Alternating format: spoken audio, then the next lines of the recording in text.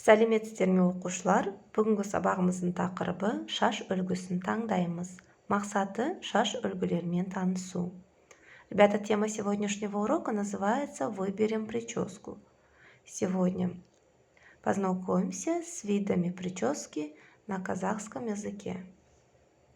Бүгінгі өтетін жаңа сөздер: шаш үлгісі прическа, тікірейген взъерошенные, ұйысқан запутанные, тақырлап алынған лысые. Қайталаймыз: шаш үлгісі тікірейген, ұйысқан, тақырлап алынған. Жарайсыңдар балалар, жаңа сөздерді сөздікке жазамыз. Келесі бірінші тапсырма: сөз жұмбақты шеш. В первом задании вам нужно решить кроссворд. Көлденеңінен — это по горизонтали, тігінен по вертикали. Первый вопрос: шаштараз құралы, инструмент парикмахера. Бұл бізде тарақ. Екінші: шаштараз не қияды? Что стрижет парикмахер? Үшінші: жиһаз атауы, название мебели. Төртінші: жуғыш зат, моющее средство. Эти вопросы были по горизонтали, теперь по вертикали. Шаштараз киімі, одежда парикмахера. Шаштараз құралы, инструмент парикмахера. Шаштараздың бөлмесінде ілулі тұрады. Предмет, который висит в кабинете у парикмахера. Шаш сәндеуге қолданылады. Предмет, использующийся для прически. Ребята, это задание запишите у себя в тетради. Енді келесі екінші тапсырма: суреттерді сөздермен сәйкестендір. В этом задании вам нужно соединить картинки со словами, то есть точнее найти правильное название причесок. Приостановите видео и попробуйте это сделать. Теперь давайте, ребята, проверим ваши ответы.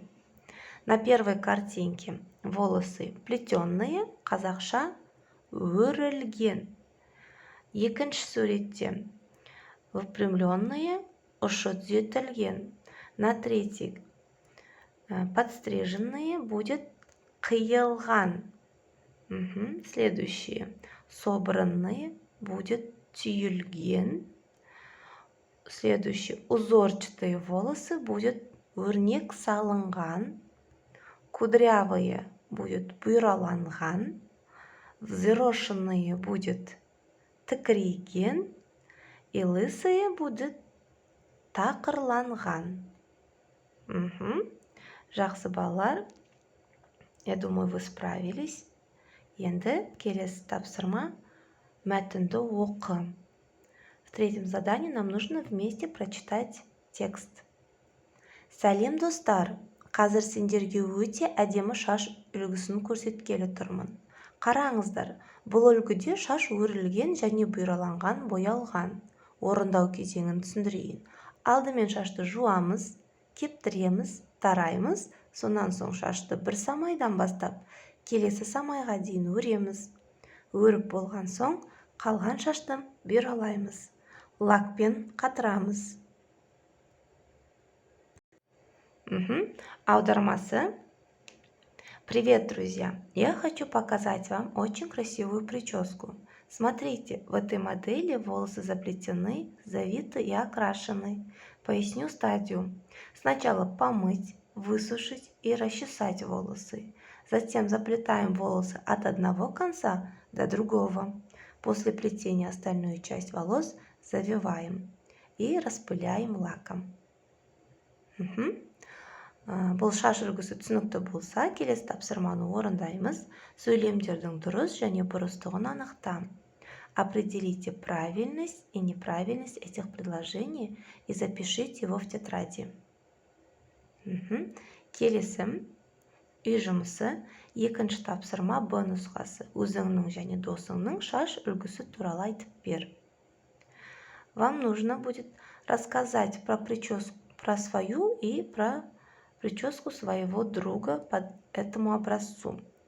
Менің шашым қысқа қиылған, таралған. Шашымның түсі қара, боялмаған. Мои волосы короткие, расчесанные.